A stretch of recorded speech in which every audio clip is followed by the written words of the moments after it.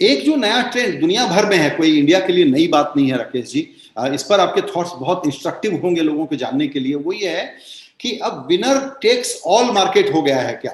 यानी कि आपने जैसे रिटेल विनर लाइफ टाइम का नहीं है ना, वो विनर वो बोलते हैं ना अपन, वो क्या बोलते हैं, रिले रेस खेलते हैं, साइकिल पे है। तो सबका चांस आएगा। वो है ना वो गाना, मेरा भी दिन है, वो कौन सा गाना है उसकी पिक्चर का, हाँ, आएगा आएगा हमारा दिन भी आएगा, हमारा टाइम भी आएगा। हमारा टाइम भी आएगा। सही है।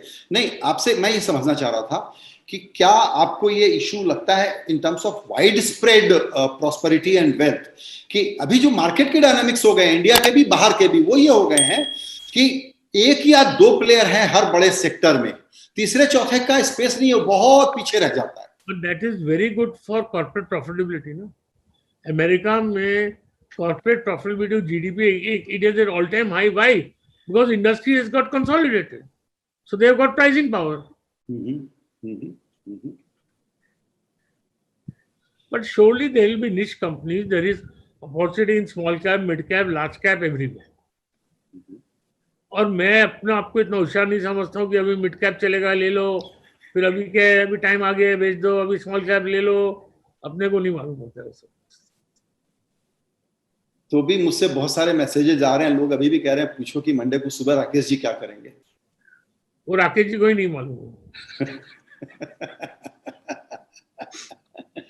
अच्छा, एक चीज आपको आगे जाते हुए इसको कहते हैं ना एक्सेलरेट करना चीजों को, क्योंकि अपन पोटेंशियल की बात बहुत करते रहे, इंडिया में सबको इंटरेस्ट है की बात करते रहे, चाइना लोग जाना नहीं चाहेंगे ये भी बात करते रहे। इसको देखते हुए बड़ा पुश मारने के लिए की ड्राइवर्स, की कैटलिस्ट आपको क्या लगते हैं जो अभी भी अपने को करने की जरूरत है? देखो, थोड़े तो नेचुरल है कि India is a large market for everything. अब एक चीज समझो ना कि मेरे को 5 लाख चीज आइटम इंडिया में बेचना है और मेरी दूसरी कंट्री में 50-50 हजार है, तो मुझे 5 लाख इंडिया में बेचने के बजाय 1 मिलियन इंडिया में बना के दूसरी जगह बेचना बेटर है। So India is a large market. फिर इंडिया ने इंपोर्ट ड्यूटी लगा दी तो it is costly to sell in India if I don't manufacture. फिर तुमने रेट ऑफ टैक्स 16% कर दिया, विच इज मोस्ट कॉम्पिटिटिव। फिर आप लेबर रिफॉर्म ले आए, land is available, there is abundance of power availability, right. और अभी दिल्ली बॉम्बे कॉरिडोर बन जाएगा तो बॉम्बे से दिल्ली शिपमेंट डेट 36 घंटे रह जाएगा। क्या 36 आप माल दो दिल्ली में और बॉम्बे में शिप हो जाएगा 24 घंटे में। तो we are also trying to improve our infrastructure. ये सब डेडिकेटेड कॉरिडोर सब बन जाएंगे। This is for this purpose only, for faster movement of freight. तो मेरे को लगता है कि ये प्रोसेस है संजय, और ये एक चीज नहीं है कि मैन्युफैक्चरिंग का ही काम आएगा, हर चीज इंप्रूव होगी ना। तो एक चीज बता, मैं 7 महीने से मेरे ऑफिस नहीं गया, मेरा काम परफेक्ट चल रहा है। If India was not digitised, right, look at the efficiency that brings. आज मेरा आदमी जो मेरे साथ काम करता है, मैं अमेरिका जा रहा हूँ, उसको मुझे ले जाना है, पहले तो कुछ नहीं था, उसके आधार के बेस से पासपोर्ट बन गया, उसका बैंक अकाउंट है, मैं अप्लाई किया यूएस कॉन्सुलेट को से वीजा ले लिया, आज वो आदमी का मेरे रामू की आइडेंटिटी है। तो ये थोड़ी कोई प्रोग्रेस हो रहा है। 10 साल पहले, 15 साल पहले मेरा आदमी जो घर पे काम करता है वो अपने बच्चों की फोटो 11 महीने नहीं देखता था, बीवी से बात नहीं कर सकता था। आज 1-1 घंटे बीवी से बात करते हैं वीडियो पे। तो ऐसा थोड़ी कोई प्रोग्रेस नहीं हुआ है। अच्छा, तो ये चीजें जब मिलेंगी और साथ में आएंगी तो it will explode. It's a process, it will continue. मेरे को लगता है 3 से 4 साल में इंडिया में 10% ग्रोथ आ जाएगा। मैं गलत हो सकता हूँ, as a Indian that may be there is some emotion involve, but मेरे को लग रहा है ये सब जो हो रहा है ना, people are underestimating the effect, right, the ability of Indians to do things once they are liberalized. आपने बहुत इंपॉर्टेंट एक डेटा रख दिया अपनी तरफ से ही कि 3 से 4 साल में आप अगर 10% का ग्रोथ देख रहे हैं, तो ये अपना साल तो चलिए चला गया, कह रहे हैं लोग कि -10%। बैक टू 2019 लेवल आपको 21 में दिखता है या 22 में दिखता है? मेरे को लगता है कि 21 में ग्रोथ डबल डिजिट में आएगा, तो वी विल रीच 2019 लेवल। लेकिन ये डबल डिजिट का मतलब तो आप रिकवरी के तौर पर कह रहे हैं, रिकवरी जहां से हम गिरे हुए हैं वहां से रिकवरी। भैया तू मेरे को भी ज्यादा स्टैटिस्टिक्स मत ठोक मैं बोल रहा हूँ इंडिया विल ग्रो 10%। तो अभी उसका स्टैटिस्टिक ठोक नहीं, उसका नारियल को तोड़ मत। वो 24 में करेगा कि 25 में करेगा भगवान को ही मालूम है, लेकिन करेगा। नहीं नहीं नहीं नहीं, don't get angry. My question is simple. नहीं नहीं नहीं, my question is very simple. Wait. My question is very simple, Rakesh ji. My answer is very simple. 10% from the current level, na? 10% from 2019 levels. That's what I wanted you to clarify. 2019-20 levels. 10% from 19-20 level. Yes. In 2-3 years. I said 3 to 4, तो उसने दो की 3 कर दिया। 3 to 4 years. सुना नहीं 3 से 4 साल, फिर 2 का 3 कर दिया। तो राकेश भाई, मोटा मोटा जो आप कहना चाह रहे हैं कि आप बहुत पॉजिटिव हैं। मैं तो कहना चाह रहा हूँ 4 नहीं 5 साल लग सकते हैं, 10 नहीं 9 हो सकता है, 8 हो सकता है, but it is going to be very significant and then it is going to continue for decades. Agreed. तो इसका एक मतलब ये भी हुआ, इसका एक मतलब ये भी हुआ कि इसका एक मतलब ये भी हुआ कि आप हमारे दर्शकों से बोलना चाह रहे हैं कि जो लोग शेयर मार्केट में देख रहे हैं वो थोड़ा सा लॉन्ग टर्म देखें। ऐसा नहीं सोचें कि 6 महीने साल भर में कमाई होगी। अगर वो 4, ये मेरी थिंकिंग है, मैं गलत हो सकता हूँ। मैं अपना पोर्टफोलियो, अपना एक्शन अपनी थिंकिंग से करूंगा ना। मैं सबकी बात सुनता हूँ, फिर जो मुझे समझ आता है करता हूँ। तो मेरी ये थिंकिंग है, ये गलत हो सकता हूँ, आप समझे ना। But I don't share this pessimism. अभी कोविड कब आ गया, ये क्वार्टर में 9% नेगेटिव है। अपने को एक चीज पक्का है कि ये कोविड कोई ग्रेट क्राइसिस नहीं क्रिएट करने वाला। It's not going to destabilize the country. It is not such a big crisis. No, आप बिल्कुल ठीक कह रहे हैं। तो आई जज that it will not destabilize the country. और मेरे को लगता है जो चेंज है, हर कंपनी की बात कर क्या एफिशिएंसी ला रहे हैं। अग्रीड। इसको पूछ कितना कॉस्ट काटा है उसने। So question is, what I believe is that this COVID cannot destabilize the country beyond a point. और जब ये खुलेगा तो the growth will be unbelievable. नहीं, आप बिल्कुल ठीक कह रहे हैं कि 4 से 5 साल भी आपने कह दिया तो आप कॉशियस होने के नाते कह रहे हैं 10%। मेरा सवाल खाली क्लैरिटी के लिए था कि 19 लेवल जो है वो अगले साल है या उसके अगले साल है। आई एम सेइंग 2019-20 की जो ग्रोथ फिगर था, जीडीपी थी, राइट, it will exceed 10, मतलब it will go at 5% growth, 6% growth, 8% growth, ऐसे ही जाएगा ना। मेरे को लगता है 21-22 में तो बहुत ही हाई ग्रोथ आएगी, 12%, 15%, और फिर 22-23 में 5%, 6%, 8% ऐसे जाएगा।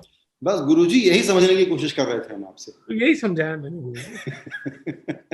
अच्छा, अब एक पॉइंट पर थोड़ा सा और आप फोकस करें हमारे लिए, ये हेल्थ और एजुकेशन, क्योंकि डिजिटल का बहुत बड़ा पुश आया और सचमुच एकदम लाइफ बदल गई है, the way we conduct our business. उसमें हेल्थ तो जाहिर है कि कोरोना के कारण एक पुश पाएगा, सभी लोग ज्यादा केयरफुल हो जाएंगे, जरूरत होगी हेल्थ केयर के इसको बढ़ाने की। एजुकेशन दूसरा सेक्टर है जिसमें मुझे लगता है डिजिटल के कारण इमीडिएट ग्रोथ आने वाली है। इसमें रूरल कनेक्टिविटी वगैरह का हिसाब किताब देखते हुए आपको ये दोनों सेक्टर में किस तरह की अपॉर्चुनिटीज आप देख रहे हैं? हेल्थ एजुकेशन, हेल्थ में, हेल्थ और एजुकेशन दोनों में बहुत अपॉर्चुनिटी है संजय। मैं बोलता हूँ दोस्त, इस देश में हर चीज में अपॉर्चुनिटी, आप समझे ना। बिल्कुल। गिरीश जी, कुछ और सवाल आपकी तरफ से?